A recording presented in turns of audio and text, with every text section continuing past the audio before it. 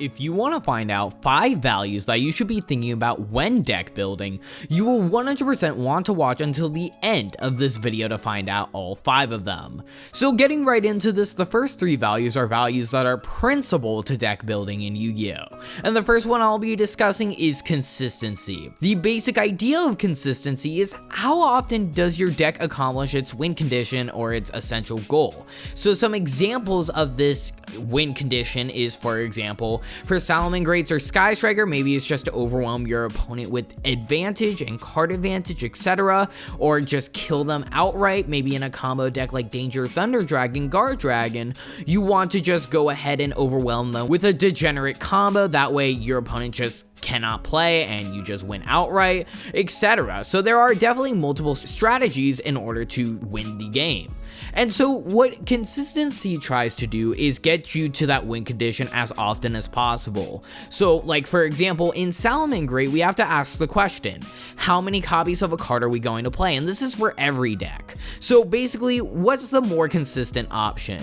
If we have one card that performs our entire combo or our entire play, we may want to max out on that card because that just enables so much more consistency. We want to see that card as much as possible. So for example, in a deck like Orcus, if we're going to normal summon Neospace Connector and we're going to special Aqua Dolphin, it baits a hand trap, gets rid of cards in hand, and then along with all of that, it performs your Orcus combo, yeah, we might just want to max out on that. So you basically want to max out by playing the 3 Connector, the 1 Aqua Dolphin, and the extra reinforcement of the army to get even more access to your Neospace Connector, just because you want to see it every single time because it fulfills your entire combo, and it does even more than that. If we're talking about maybe more non-engine based cards and more generic cards like maybe for example Ash Blossom or Phantasme, maybe we want to max out on those because of the fact that we want to see it as often as possible, and even though it's not searchable, we still want to hard draw it. So something like Ash Blossom is a hand trap that you want to see, and so you play 3 copies of it.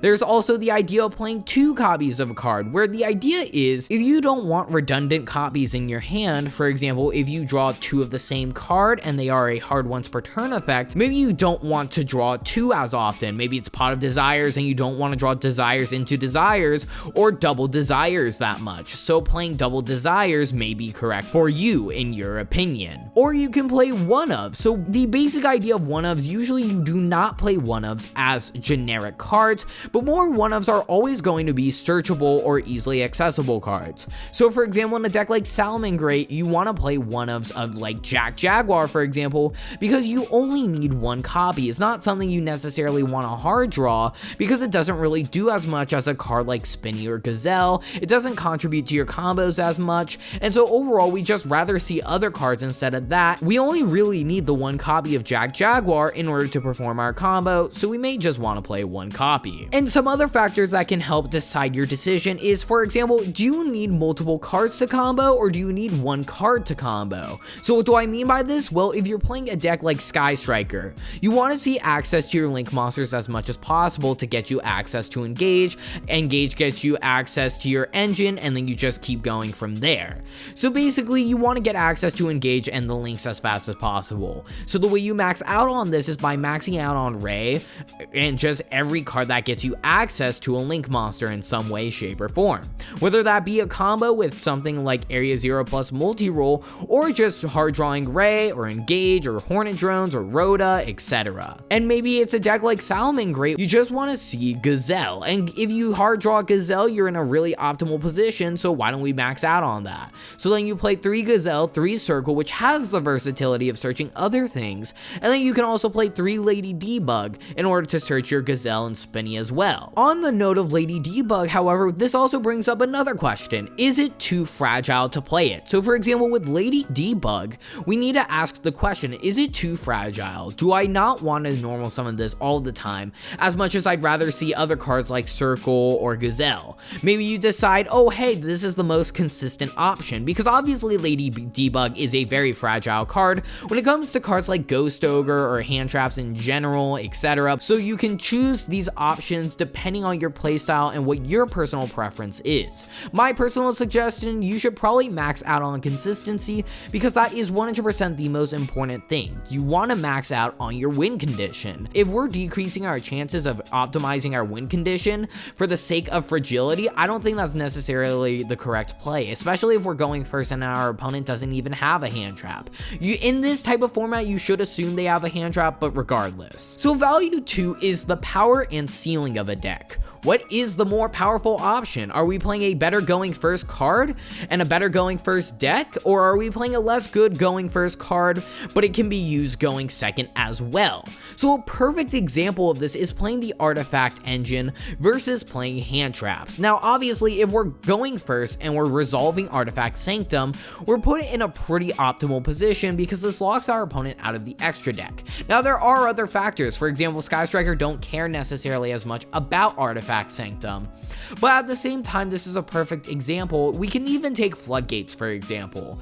Would we rather play better going first cards, or would we rather have overall more universal cards for going first and going second? So a perfect example of this again are hand traps. Hand traps are basically disruption, however you can use them going second. So this is another perfect example of better going first cards or better going first and second cards. And secondly, what is your deck ceiling?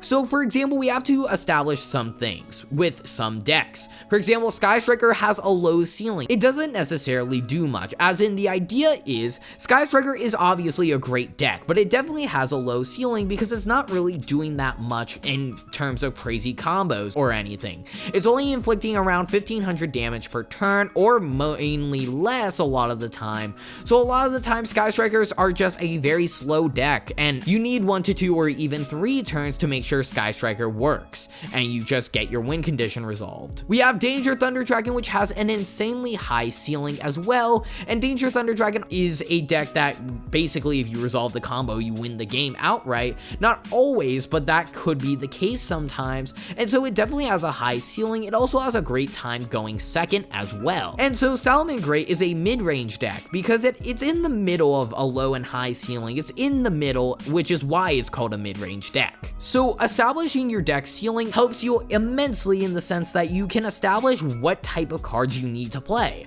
For example, if I have a low ceiling, maybe I want to play more disruption in the form of back row and hand traps, etc., in order to disrupt my opponent more, so that way I can basically have more turns to resolve my win condition. In a deck like Danger Thunder Dragon, maybe you want to just keep throwing cards at them until they just can't handle it and you just overwhelm them at that point because it's a higher ceiling deck.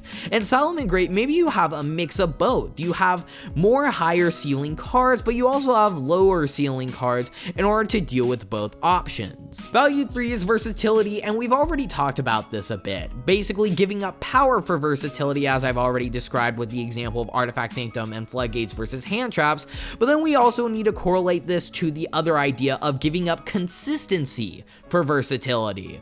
Should I be reducing the consistency of my deck for more versatile options? So for example, if I'm playing Lady Debug, maybe instead I could cut it for a Flame Buffalo, and maybe that's more versatile. Or maybe I cut Lady Debug for another card that could be more versatile. And even though I'm reducing the consistency, I'm having more overall versatility in what happens with my deck. Maybe you're playing more back row instead of the Lady Debugs, etc. So there are options when it comes to this. Maybe you're cutting another card for Salamangreat Foul, and what Foul is great at doing is obviously playing through cards, having more versatility with your search cards like Circle, etc. So while obviously yes, you may need to give up consistency for versatility, that's another thing you need to take into consideration. So moving into value 4, which is different from the other 3. The other 3 were some core basic ideas for deck building, but value 4 are the formats and matchups. So first off, what are my deck's good and bad matchups?